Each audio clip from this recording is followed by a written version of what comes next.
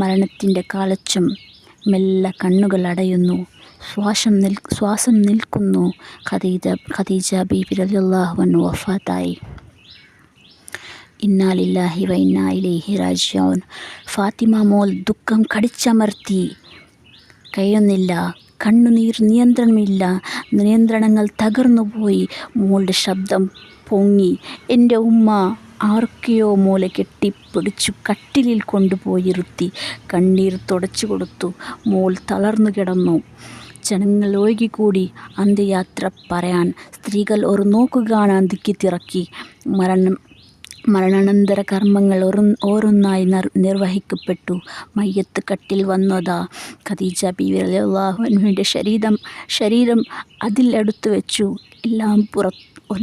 എല്ലാം പൂർത്തിയായി. ഇനി അന്ത്യയാത്ര. മയ്യത്ത് കട്ടിൽ നീങ്ങിപ്പോയി. കൂടെ